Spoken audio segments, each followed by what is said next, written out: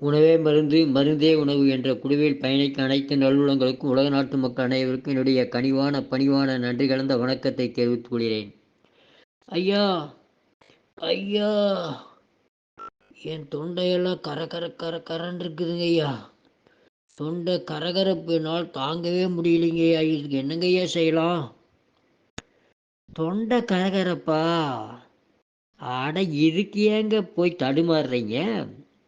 சுக்கு கொஞ்சம் எடுத்துக்கோங்க,